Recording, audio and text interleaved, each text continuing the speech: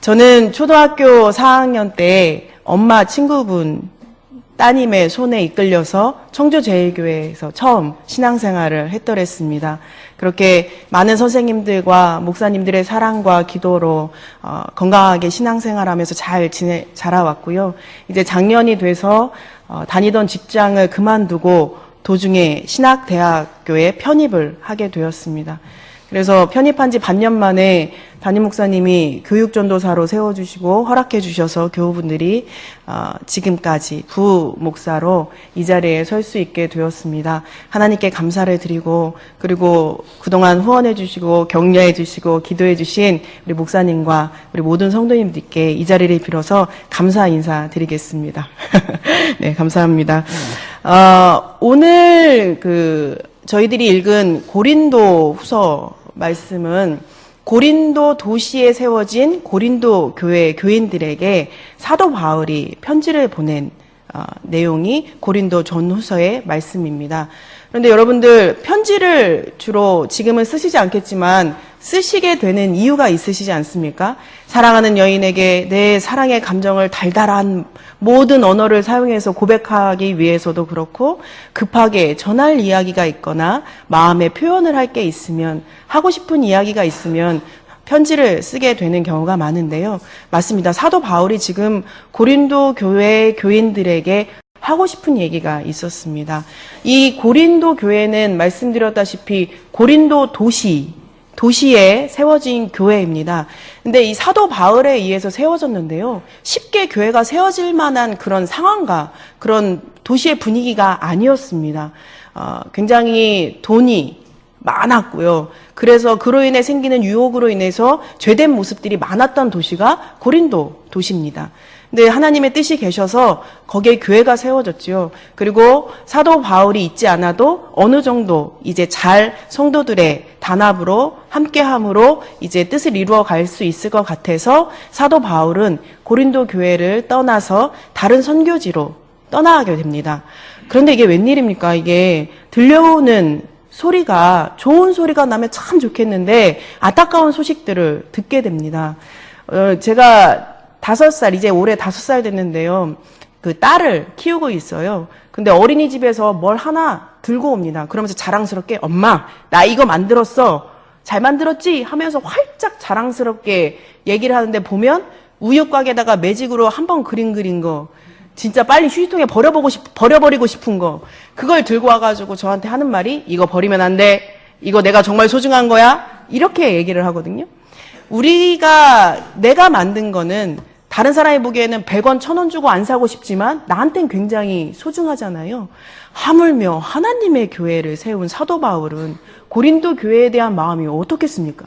근데 들려오는 소식이 이게 굉장히 마음을 힘들게 하거든요. 그래서 고린도 전서의 내용을 담아서 편지를 쓰게 됩니다. 근데 너무나 감사하게도 그 편지를 받은 고린도 교회 교인들이 그 편지를 바울의 권면을 듣고 보고 이제 회개를 하고 그래 다시 한번 처음으로 돌아가서 열심히 은혜를 사모해야겠다라고 결단을 하게 됩니다. 그 소식을 사도 바울이 또 듣게 되죠. 얼마나 좋겠습니까?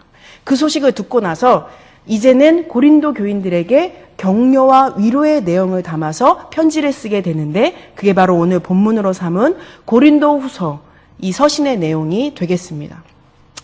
여러분들 이 사도 바울이 자식처럼 키우고 잘 되기만을 바랬던 고린도 교회에 왜 어려움이 닥쳤을까요?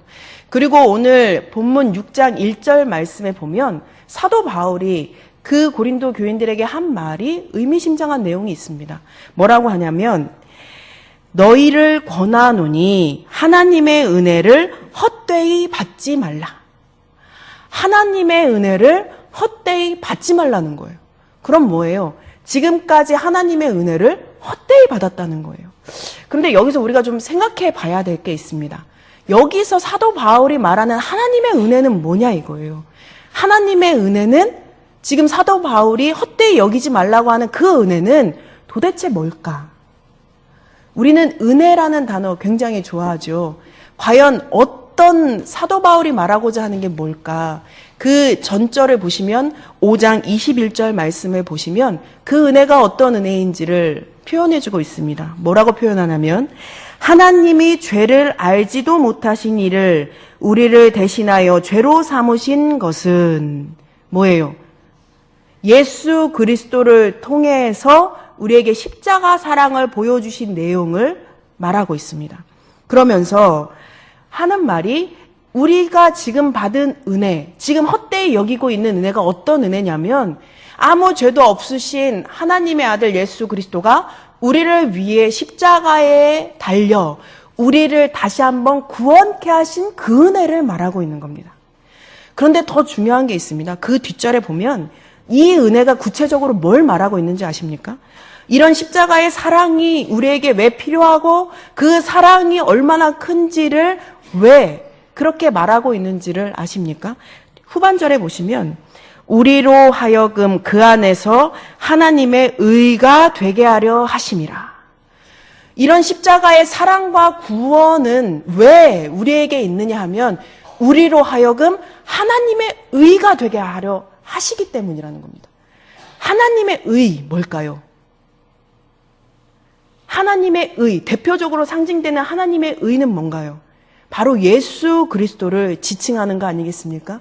예수님처럼 거룩하고 성결하고 모든 능력이 되시는 예수님처럼 우리를 삼으시려고 하신다는 거예요. 그게 뭐냐면 우리도 예수님처럼 하나님의 아들로 딸로 자녀로 구원하시기 위해서 이 십자가 사랑을 보여주셨다는 겁니다. 그런데 고린도 교인들이 이 은혜를 헛되이 알고 있다는 거예요. 헛되이 여기고 있다는 거예요. 근데 고린도 교인들만 지금 헛되이 여기고 있습니까? 어떠세요? 우리도 이것을 귀하게 여기고 믿을 만한 하나님의 크신 뜻과 사역과 역사임을 의지하시면서 세상살이를 하고 계십니까?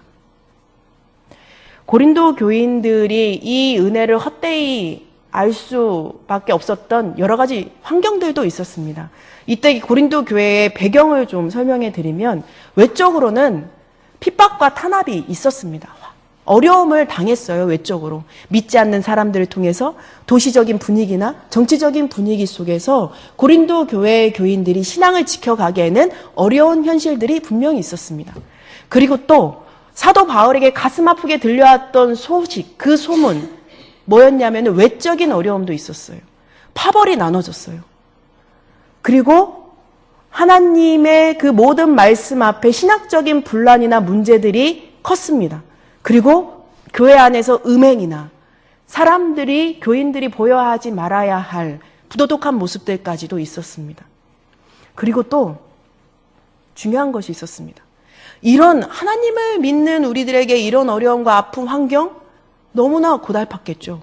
근데 이런 우리들을 이끌어가고 우리 믿음의 본이 되고 하나님의 능력이 되기를 소망하는 사도, 목사, 직분자의 삶이 오늘 말씀에도 언급됐지만 매맞고 고난당하고 핍박당하고 굶주리고 이 고린도 교회를 세운 사도 바울의 모습이 그러했던 거예요. 그래서 사도의 권위까지도 의심하게 되고 곡해하게 되는 그런 성도들의 갈래갈래 나뉘어지는 마음들이 시작된다는 겁니다. 여러분 이게 어떻게 느껴지십니까? 아, 그럴 수도 있겠네라고 생각이 되십니까? 아니면 내 얘기네? 아니면 어떻게 은혜를 입었는데 저럴 수 있어? 라고 생각이 되십니까? 근데 여기에서요, 우리가 생각하는 구원, 하나님의 자녀, 복받는 것, 형통하는 것에 대한 말씀의 개념을 우리가 제대로 살펴봐야 된다는 겁니다.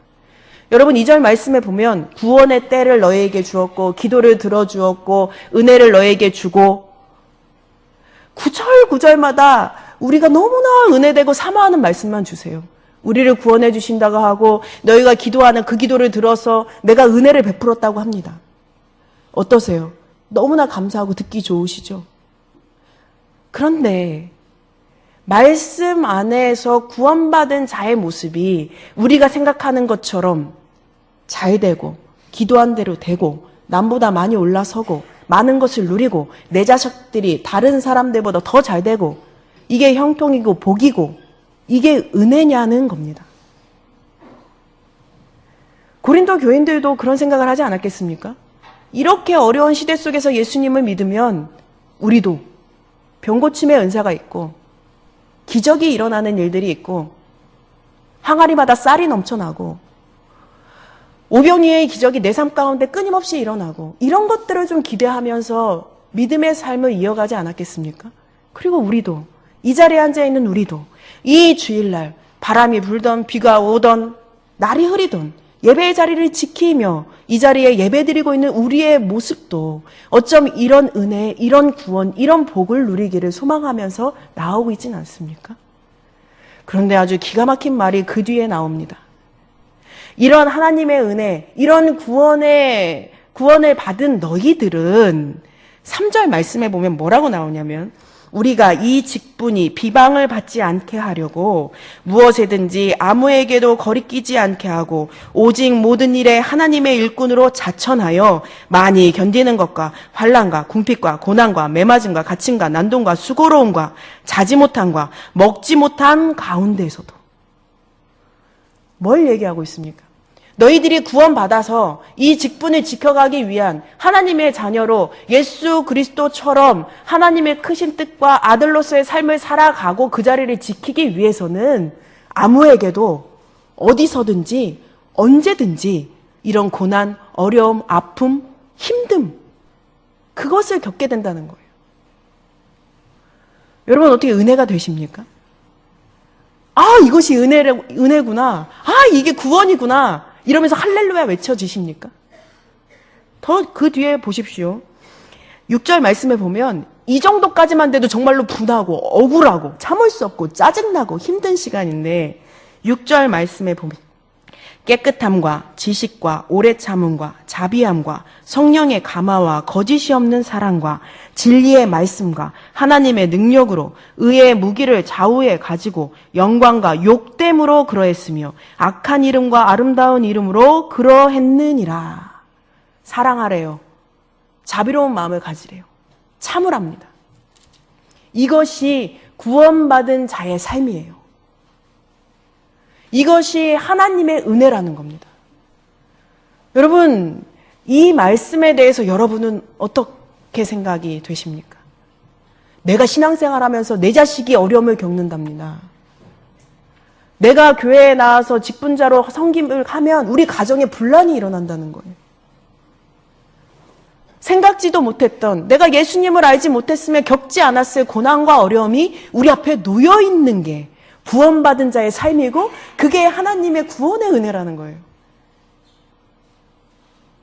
파릇파릇하게 자라나야 될 우리 10대 아이들에게 이 말씀은 어떻게 받아들이겠습니까? 저희들에게는 어떻게 와닿습니까? 그러나 사도 바울이 이 말씀을 고린도 교인들과 오늘 우리들에게 너무나도 당당하게 권면하고 있는 이유가 있습니다. 왜 우리의 믿음의 선배님들, 이 나라의 복음을 일으키시고 오늘날 우리에까지 이르게 하신 그 분들은 죽임을, 순교를 당해야 되는 그 순간 앞에서 자식들이 나 때문에 죽어가는 모습을 봐야 함에도 불구하고 예수님의 이름을 왜 버리지 않았을까요? 지금도 종교의 자유가 없는 그곳에서 숨어서 예배드리고 있고 목숨을 내어놓고 기도하고 있는 그들은 왜 그러고 있을까요? 113년 동안 아무리 사람들이 세우려고 해도 사람의 힘으로 될 수 없는 분열과 어려움과 고난과 아픔이 있었지만 믿음의 선배님들의 기도와 눈물과 희생과 헌신과 내 가족들의 입에 들어가지는 못해도 교회를 위해서 헌물함으로 말미암아 오늘날 우리 청주제일교회가 이런 교회의 모습으로 이어갈 수 있었던 이유는 무엇이겠냐 이겁니다. 사도 바울은 알고 있었습니다. 그리고 우리의 많은 믿음의 선배님들과 지금 함께 믿음을 이어가고 있는 우리 형제 자매들은 알고 있는 겁니다.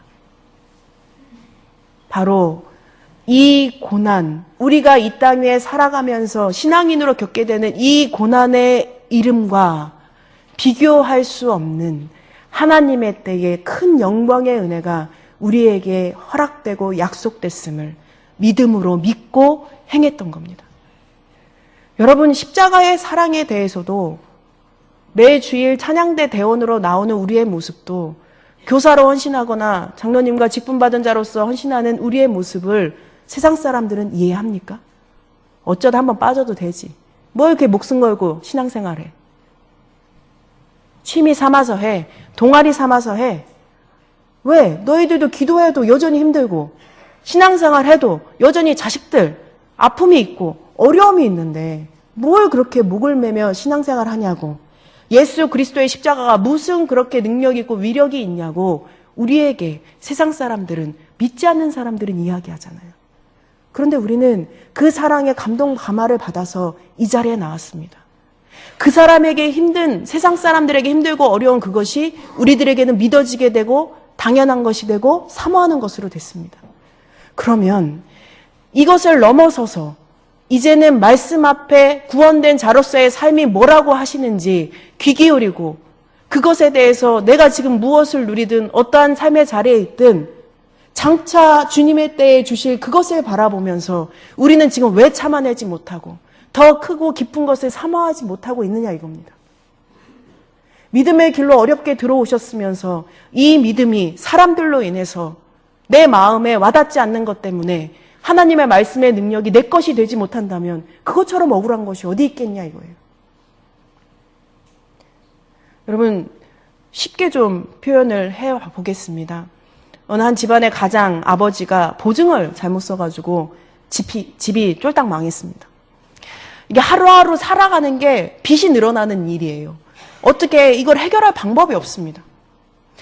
그렇게 힘들고 어렵게 살아가는데 어느 날 번듯한 양복을 입은 한 남자가 찾아와서 유전자 검사한 종이를 딱 내밉니다. 그러면서 여기서부터 이제 드라마가 시작이 돼요. 그러면서 우리 모 그룹의 회장님이 당신의 아버지이십니다. 이런 얘기를 하는 거예요. 그동안 알지도 못했고 만나지도 못했던 아버지의 존재가 나타난 겁니다. 더군다나 그 아버지가 이 나라를 책임지는 그 여러 그룹 중에 한 분이라는 거예요. 이게 얼마나 이게 대단한 일입니까? 그 얘기를 듣자마자 정말로 그 아버지를 대면하고 만나게 됩니다. 내 아들 하면서 얼싸안고 좋아하고 기뻐합니다. 아버지와 헤어지고 나서 다시 집으로 돌아갑니다. 집으로 돌아가는 그 발걸음은 어떨까요? 집에 왔더니 여전히 이제 똑같이 마누라는 당신이 보증을 잘못 써가지고 이런 우리 고생을 한다고 그렇게 난리 나면서 잔소리를 해댑니다. 자식들은 아버지를 원망하는 소리를 끊임없이 합니다. 그 얘기를 들으면서 이 아버지의 마음은 어떨까요? 죽고 싶을까요? 도망치고 싶을까요? 이미 내 수중에 돈은 없고 이미 나는 이것을 해결할 능력이 없지만 이 모든 것을 갚고도 남을 만한 능력이 되는 아버지가 나에게 있고 그리고 그 아버지의 것이 내 것이 된다는 것을 아는 아버지는 더 이상 슬퍼하지 않습니다. 십자가의 사랑도 깊이 헤아리지 못하고 다 우리가 이해하지 못하는 우리는 그런 존재입니다. 그런데 주님 주신 은혜로 이 자리까지 나왔습니다. 그 후에 이미 약속하신, 말씀을 통해서 약속하신 하나님의 그 은혜, 그 영광 우리가 어떻게 헤아릴 수 있겠냐고요. 우리가 맛보아 알면서 가는 게 신앙이겠습니까? 그것이 믿음이겠습니까? 우리는 지금까지 그러면서 믿지 않았잖아요. 어려워도 힘들어도 이 길 끝에 허락하실 주님을 바라보면서 그 영광을 바라보면서 우리는 오지 않았습니까? 자꾸 말씀을 내 삶에 끼워 넣으려고 하는 게 아니라 말씀 앞에 내 삶을, 말씀으로 내 삶을 돌아보는 게 우리에게 필요하다는 겁니다. 그래서 신년 우리가 송구영신 예배 때 받았던 말씀 카드 보시면 복 준다, 형통하게 하겠다, 네 길을 넓게 하겠다. 그 복 준다는 말씀에만 내 마음으로 오로지 둬서 한 일부분의 복만을 가지고 우리가 모든 신앙의 삶을 좌지우지하고 있는 게 아니냐는 겁니다.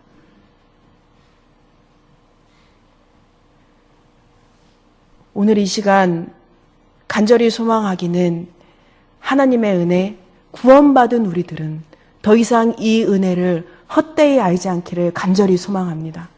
이 은혜는 그 무엇과도 바꿀 수 없는 것임을 기억하시기를 바랍니다. 우리는 구원의 깊이를, 구원의 은혜를 소유의 개념으로 자꾸 생각해서 자꾸 거기에 걸려 넘어지는 겁니다. 우리가 다른 사람들보다 다 모든 걸 많이 누릴 수는 없지 않습니까? 구원은 관계의 개념입니다. 하나님과 내가 어떤 관계이냐, 내가 천지창조하신 하나님을 뭐라고 부르고 있느냐, 그 하나님이 나에게 지금 뭘 주시기를 작정하시고 약속하셨느냐, 그 관계의 개념이지 자꾸 이루어주기를, 자꾸 넓혀주기를, 자꾸 높아지기를 바라는 소유의 개념으로 우리의 구원을 값어치 없이 여기는 우를 범하지 않기를 간절히 소망합니다. 오늘 그 뒤에 말씀에 보시면 8절 후반부부터 10절까지 함께 보시겠습니다. 우리는 속이는 자 같으나 참되고 무명한 자 같으나 유명한 자요, 죽은 자 같으나 보라 우리가 살아있고 징계를 받은 자 같으나 죽임을 당하지 아니하고 근심하는 자 같으나 항상 기뻐하고 가난한 자 같으나 많은 사람을 부요하게 하고 아무것도 없는 자 같으나 모든 것을 가진 자로다. 모든 것을 가질 수 있는 분은 주님뿐이신데 우리에게 모든 것을 가진 자로서의 삶을 믿는 자에게, 구원받은 자에게 허락해주고 계시다는 겁니다. 이것처럼 든든하고 기쁜 일이 어디에 있겠습니까? 여러분, 그런데 그런 생각 하시죠? 그래도 살아서 편한 게 좋고, 살아있을 때 누리는 게 좋고, 살아있을 때 성공하는 게 좋지, 알지도 못하는 그때에 누릴 영광? 나는 관심 없어요. 그런 생각 하시죠? 지금 내가 편안하고 지금 내가 되기를 바라는 대로, 지금 내가 누리기를 바라는 대로 되는 것이 더 좋다고 여겨지는 마음 있지 않으십니까? 그런 마음으로 하루하루 분주하게 사시고 많은 것을 계획하신 대로 이루시려고 노력하시죠. 그런데 그렇게 열심히 사는 오늘, 이 시간 이후로의 일들에 대해서 누가 자신할 수 있습니까? 우리의 인생길이 앞으로 1년, 10년 형통할 거라고, 이대로만 되면 계획대로 될 거라는 것에 대해서 누가 자신 있게 내 삶은 그럴 수 있노라고 말할 수 있습니까?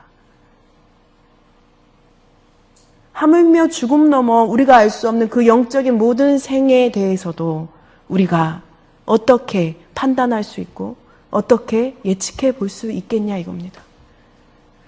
그런데 우리는 그런 연약함과 한계를 아는 동시에 아는 것이 또 하나 있습니다.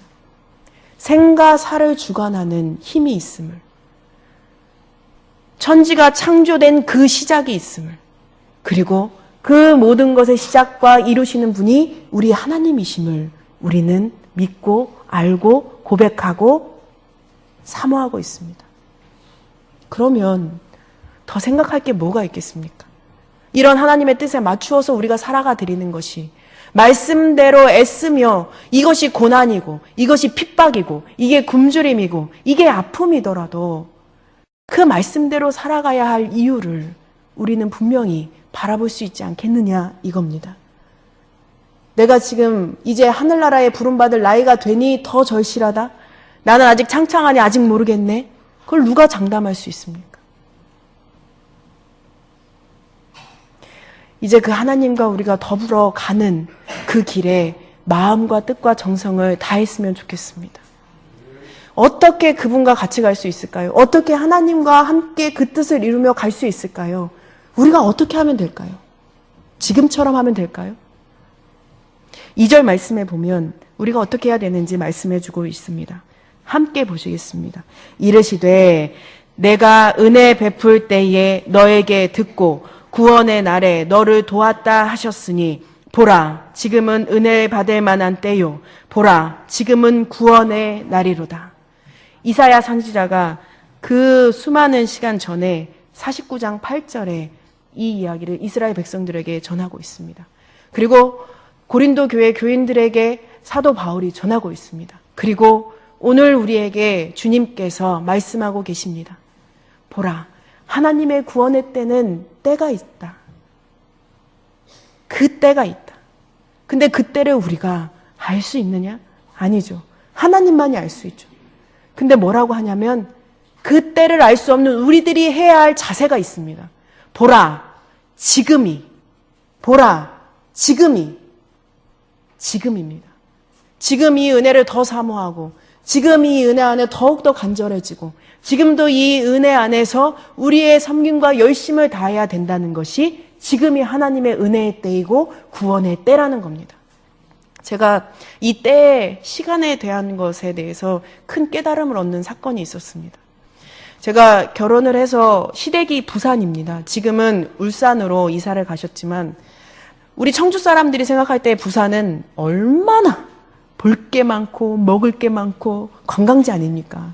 지금도 뭐 부산하면 좋아하시는 분들 많으실 텐데 제가 시댁이 부산이라서 이제 내려간다고 하면 주변 분들이 너무 좋겠다. 맛있는 거 먹고 오고 좋은 거 많이 구경하고 와. 이렇게 얘기를 하세요. 근데 그런 들뜬 기대와 그 꿈을 안고 시댁이 내려갔는데 웬걸 워낙 뭐 시간이 많이 며칠 동안 기거하지 못하는 뭐 상황도 있긴 하지만 거의 집에서만 지냈습니다. 아침에 밥 먹으면 금방 점심때가 돼요. 점심에 밥 먹으면 치우고 나면 또 금방 저녁때가 돼요. 그러다 보면 잠자죠. 그러면 또 청주 와야 돼요.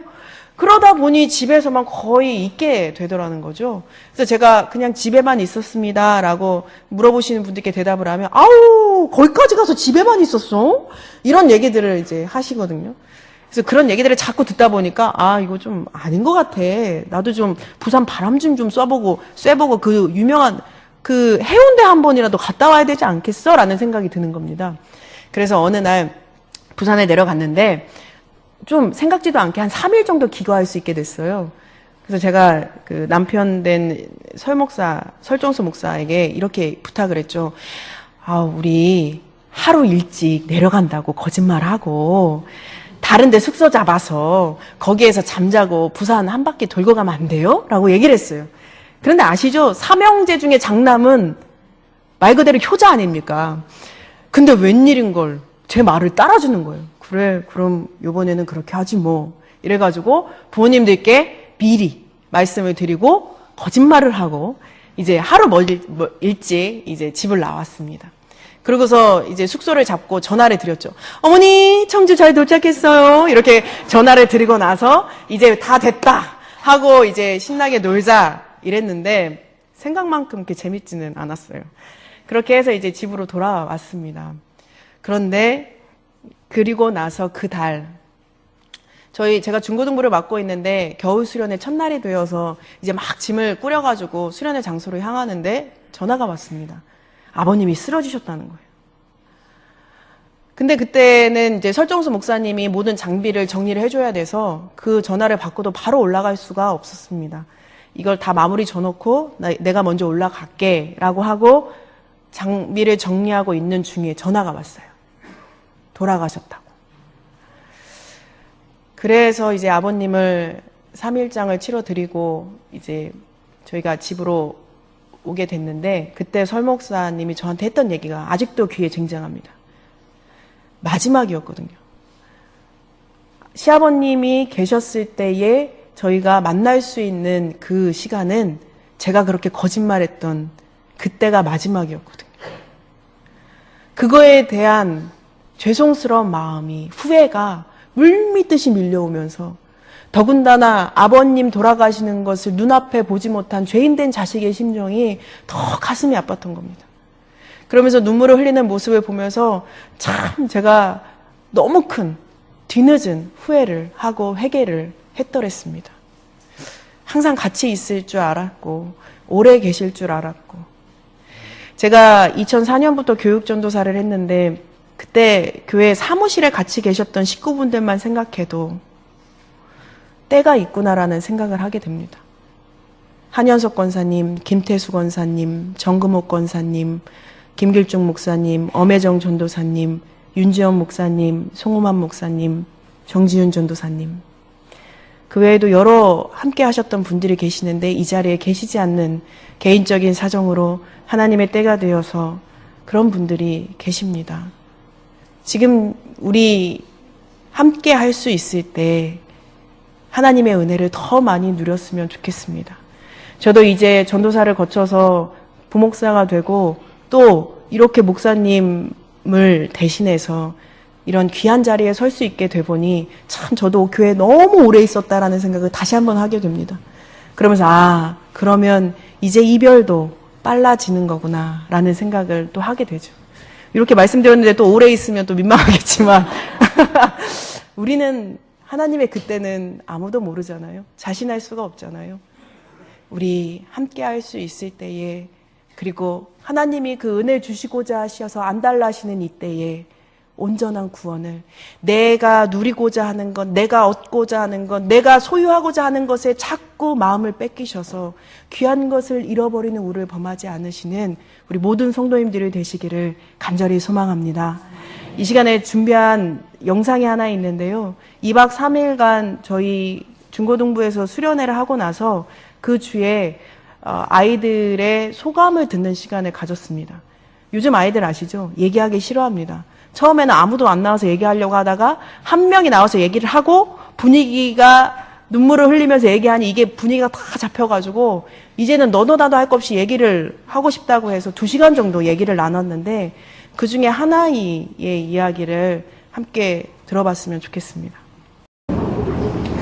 첫 번째가 목사님이 소리치시면서 진짜로 하나님 믿는 사람 손들라고 했는데 진짜로 이거 진짜 하나님 옆에 하는 거니까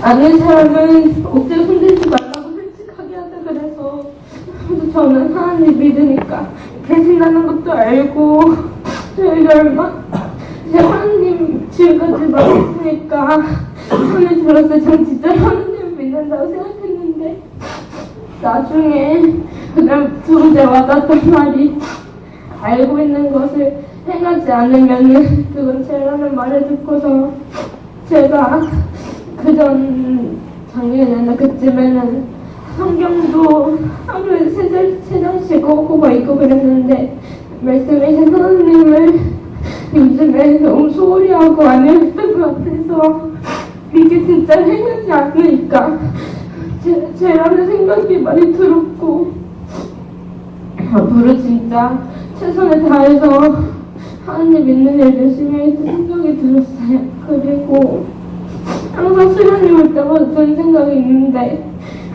제가 예전부터 정말로 정말 전도하고 싶은 친구가 있는데 그 친구를요 전도하고 하나님 얘기를 하면은 되게 진짜 뭔가 듣다 보면 수긍이 할 정도로 되게 논리적으로 자기도 왜 교회를 안 가는지 되게 설명한 친구거든요. 그래가지고 얘기를 하다 보면은 오히려 제가 말릴 것 같아가지고 얘기도 잘 안 꺼내게 되고 정말 소중한 친구라서 멀어지게 될까봐 얘기도 안 했는데 항상 그때도 그렇고 지금도 그렇고 이번에도 얘기하려고 그랬는데 이번에는 뭔가 기간이니까 뭘 챙길 것 같아서 그렇게 얘기를 안 했는데 와서 생각해보니까 이게 핑계였던 것 같고 정말로 제가 받았던 은혜를 그 친구한테도 전해주고 싶다는 생각이 들었어요. 네, 아이의 입장에서 담담하게 자기의 마음에 와닿았던 무슨 생각을 이제 함께 나누었더랬습니다. 오늘 예배를 통해서 은혜를 누리신 우리 모든 성도님들, 지금이 우리가 이 은혜를 누릴 때고 이 은혜를 위해서 우리의 수고도 감수해야 할 때이며 이 은혜의 때에 함께 할 수 있는 옆에 있는 우리가 있을 때에 더 큰 은혜를 누릴 수 있는 때인 줄 믿습니다. 우리 이 자리에서만 은혜 받는 것이 아니고 우리가 은혜 받은 것을 나눠야 하는 그곳에서도 하나님의 때에 하나님의 은혜를 지금 누리시고 나누실 수 있는 우리 모든 성도님들이 되시기를 간절히 소망합니다. 함께 옆 사람들 이렇게 보시면서 인사도 나누셨죠? 손을 이렇게 잡으면서 지금입니다. 인사하시겠습니다. 지금입니다.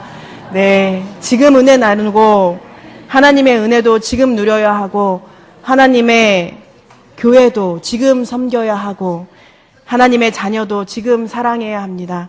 하나님의 말씀도 지금 묵상해야 됩니다. 이때가 구원의 때일 줄 믿습니다. 이 시간 기도하기 전에 한 말씀 꼭 드리고 싶은 말씀이 있습니다. 이 자리에 서보면 느껴지는 마음이 있을 거라고 많이 서봤던 분들의 조언을 좀 들었더랬습니다. 긴장도 되고 두렵기도 할 거고 어려울 것이다. 근데 너무나 감사하게도 어머니의 자궁 안에 있는 것 같은 평안함을 제가 첫 찬송을 하고 기도를 하는데 우리 성도님들의 마음을 저에게 그렇게 주셨습니다. 우리 앞으로 모든 교육자들에게 이 마음으로 품어주시고 기도해 주시고 사랑 더하는 우리 청주제일교회 모든 교우분들이 되시기를 간절히 소망합니다. 기도하시겠습니다. 사랑의 하나님 감사를 드립니다. 오늘도